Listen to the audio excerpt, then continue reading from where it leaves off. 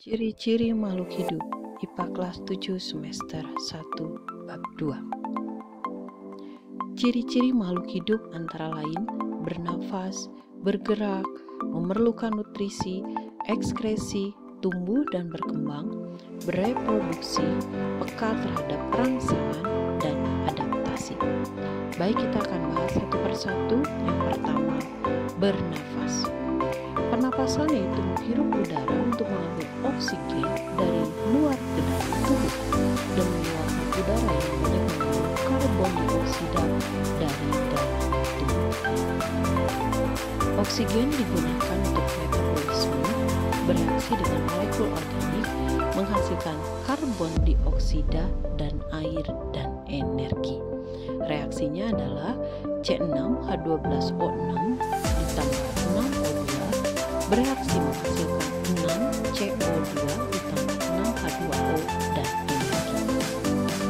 Pernapasan ada dua jenis, yaitu ada pernapasan yang menggunakan oksigen yang biasa kita sebut pernapasan aerob dan pernapasan yang tidak menggunakan oksigen yang disebut pernapasan anaerob. Contohnya terjadi pada jamur. Ada beberapa alat pernapasan pada makhluk hidup.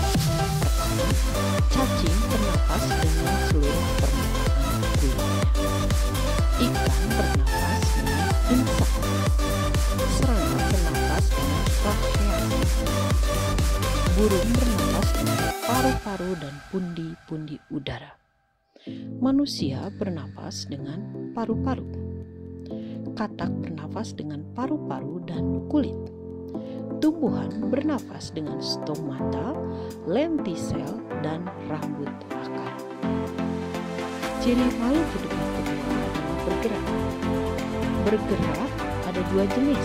Ada bergerak seluruhnya atau kita sebut gerak aktif. Contohnya adalah gerak pada makhluk hidup yang mengalami perpindahan bentak. Yang kedua ada bergerak sebagian. Yang bergerak sebagian ini contohnya pada tumbuhan. Alat gerak pada makhluk hidup ada beberapa macam. Yang pertama, kaki. Ini pada sebagian besar vertebrata. Sirip pada ikan, sayap pada burung, kaki semut pada amoeba. Dan kalau contoh gerak sebagian itu seperti menutupnya daun kuping malu bila disentuh, atau bunga matahari yang bergerak mengikuti arah matahari.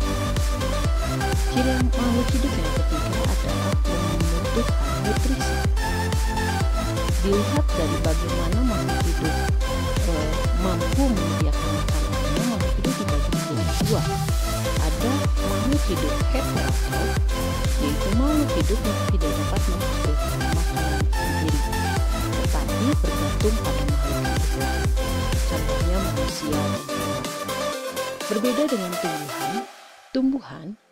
tumbuhan hijau mampu membuat makanan sendiri dengan memanfaatkan bahan organik, CO2 dan H2O dari sekelilingnya dibantu dengan cahaya matahari yang kita sebut proses fotosintesis.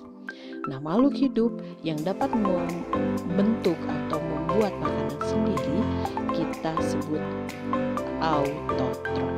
Reaksinya adalah 6CO2 ditambah 6H2O dengan bantuan cahaya matahari dan klorofil menghasilkan C6H12O6 dan 6O2, atau karbon dioksida yang bereaksi dengan air dengan bantuan cahaya matahari dan klorofil bereaksi menghasilkan gula, glukosa, dan oksigen. Ciri makhluk hidup yang keempat adalah mampu mengeluarkan zat sisa atau ekskresi. Semua makhluk hidup mengeluarkan zat-zat sisa yang berasal dari proses metabolisme yang berlangsung di dalam tubuh. Ada beberapa istilah pengeluaran dari makhluk hidup. Yang pertama adalah proses pernapasan mengeluarkan karbon dioksida dari luar. Proses ekskresi metabolisme mengeluarkan urin. Defekasi adalah proses pengeluaran sisa-sisa pencernaan yang berupa feses. Ciri makhluk hidup yang kelima adalah tumbuh dan berkembang. Tumbuh adalah Proses pertamanya ukuran, baik volume maupun massa yang sifatnya tidak dapat kembali ke asal atau irreversible. Sedangkan perkembangan yaitu perubahan atau diferensiasi sel menuju keadaan yang lebih dewasa. Ciri makhluk hidup yang keenam adalah berkembang biak. Berkembang biak atau bereproduksi adalah kemampuan makhluk hidup untuk menghasilkan keturunan dengan tujuan menjaga kelestarian jenis. Ada dua jenis cara berkembang biak. Yang pertama, cara generatif atau dengan kawin atau peleburan, dan yang kedua adalah vegetatif. Cirinya, yang generatif ada dua induk, yaitu induk jantan dan induk betina. Sedangkan vegetatif hanya ada satu. Reproduksi seksual atau generatif merupakan proses perkembangbiakan yang melibatkan dua jenis kelamin yang berbeda, jantan dan betina. Reproduksi seksual ini diawali dengan adanya proses peleburan sel kelamin jantan dengan sel kelamin betina.